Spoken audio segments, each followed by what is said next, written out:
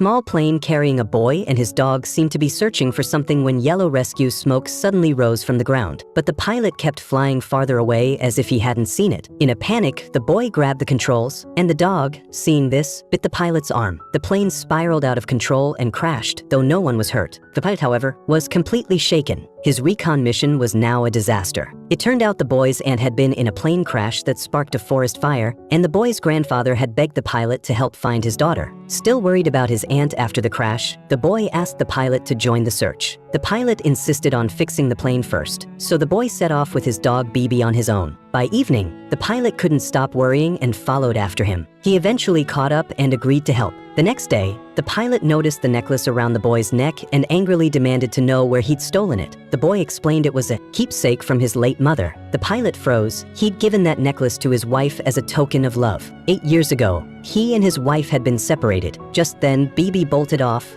and the pilot followed, finding a brown bear about to attack a girl in a tree. The bear turned toward the boy, but the man shielded him while BB barked furiously. Intimidated, the bear backed off, and the girl was rescued. She then led them to her camp. After a short rest, the boy wanted to head back into the mountains to search for his aunt, but the fire was still raging. The man refused to let his son risk it. Still, the boy snuck away with BB when no one was looking, only to be stopped by firefighters before reaching the forest. The man arrived just in time to take him back and lock him in a fire truck, unaware that BB had already dashed into the blaze. The dog first went to the plane wreck, then to a cave, and only returned by evening. Seeing the boy trapped in the truck, BB pawed frantically at the window. The boy asked the girl to get the man for a talk, during which it came out that the grandfather had misunderstood. The father had never abandoned the boy's mother. Later that night, while the man slept, the boy, BB, and the girl headed deep into the forest. Strong winds fanned the flames and smoke, blinding BB's sense of smell. Blocked ahead, they tried to retreat but found their way cut off. Just as they were losing hope,